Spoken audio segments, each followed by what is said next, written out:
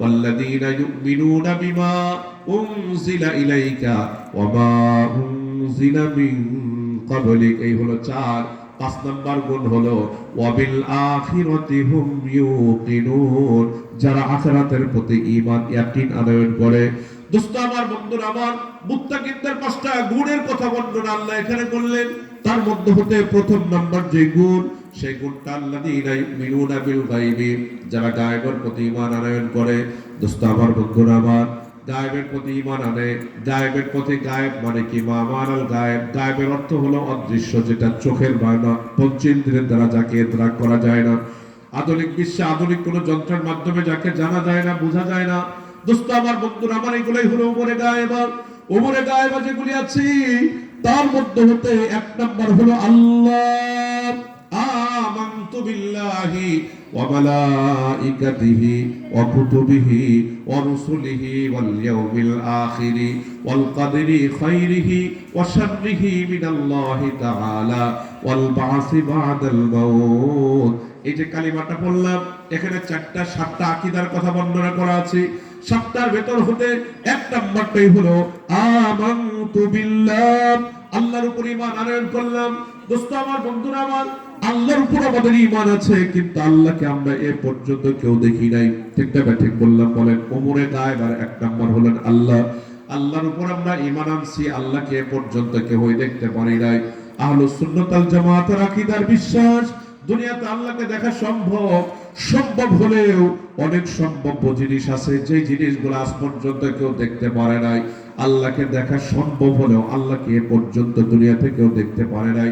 তবে মনে রাখবে, জান্নাতে যারা যাবে, জান্নাতীরা আল্লাহ পাক রব্বুল আলামিনকে সরাসরি সামনের থেকে আল্লাহকে দেখতে পাবে। সুবহানাল্লাহ, জোরে বলেন। জান্নাতীরা জান্নাতের মধ্যে আল্লাহকে সরাসরি দেখতে পাবে। কেমন দেখতে পাবে? হাদিস শরীফের মধ্যে আছে, সাহাবায়ে কেরাম রাসূলকে বলেছিলেন, ইয়া রাসূলুল্লাহ, আল্লাহকে কি আমরা দেখতে পাবো? হ্যাঁ। তোমরা পূর্ণিমার রাতে 14 তারিখের চাঁদ, আকাশে যদি মেঘ না থাকে, পরিচ্ছন্ন আকাশে তোমরা চন্দ্রকে দেখতে পাও? হ্যাঁ, দেখতে পাই। কয় যে তোমরা দিনের বেলা সূর্যকে দেখতে পাও? যদি আকাশে মেঘ না থাকে সূর্যকে দেখতে পাও? হ্যাঁ আল্লাহ, ইয়া রাসূলুল্লাহ, আমরা দেখতে পাই, কোনো সমস্যা তো হয় না।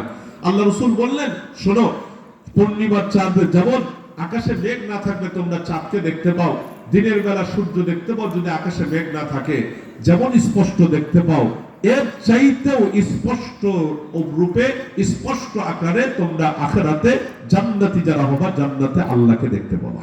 সুবহানাল্লাহ। মুসলমান বন্ধুগণ আমার, জান্নাতীদের কোনো বিষয় না আফসোস থাকবে না, কোনো বিষয় না তাদের কোনো আফসোস নাই।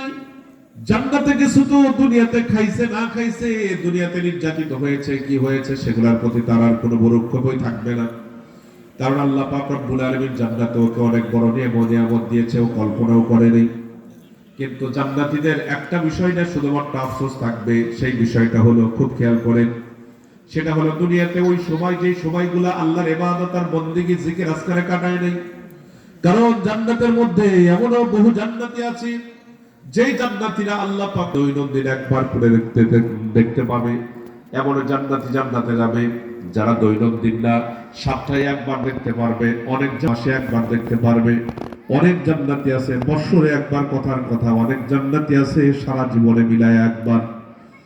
যেই জান্নাতীরা আল্লাহকে একটু পাতলা পাতলা দেখতে পারবে, ঘন ঘন না, ওই জান্নাতীরা যারা আল্লাহকে ঘন ঘন দেখতে পারবে, ওনাদের সাথে তুলনা করে বলবে, হায়, আমরাও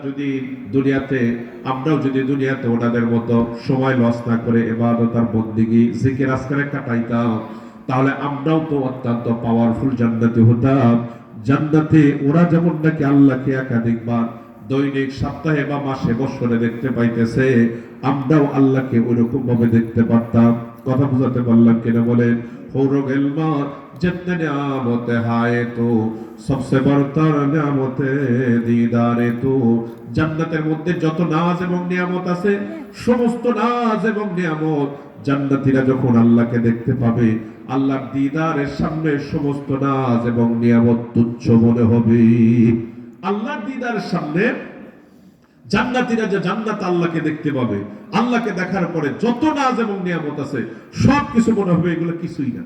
এগুলো কিছুই না। আল্লাহর দিদার এত বড় শানদার একটা নিয়ামত আল্লাহ পাক রব্বুল আলামিন। যারা জান্নাতে হবে তারা আল্লাহকে দেখতে পাবে। মুসলমান বন্ধুগণ আমার, আমরা আল্লাহর উপর ঈমান, আমাদের আনা ঈমানের কথা বলছিলাম। ঈমান এক নাম্বার, কর্মসূচি দুইটা। এক নাম্বার ঈমান, ঈমানের ভিতরে আল্লাহ পাক রব্বুল আলামিনের উপর ঈমান আনা এক নাম্বার। উপরে গায়েবা যতগুলি গায়েবের জিনিস আছে তার মধ্যে হতে এক নাম্বার হলেন আল্লাহ। আল্লাহর উপর ঈমান আনা, ফেরেশতাদের উপর ঈমান আনা। ফেরেশতা কিসের তৈরি, কতগুলা ফেরেশতা আছে, এগুলা আলোচনার মানে অনেক সময়ের দরকার। আমি আজকে ওদিকে নিয়ে যাব না আপনাদেরকে। আমি আজকে শুধুমাত্র বলতেছি আল্লাহর উপর ঈমান আনা। আল্লাহকে কেমনে বিশ্বাস করা লাগে? আল্লাহকে তো দেখি নাই আমরা। আল্লাহর উপর ঈমান আনার দুটো সাইড আছে।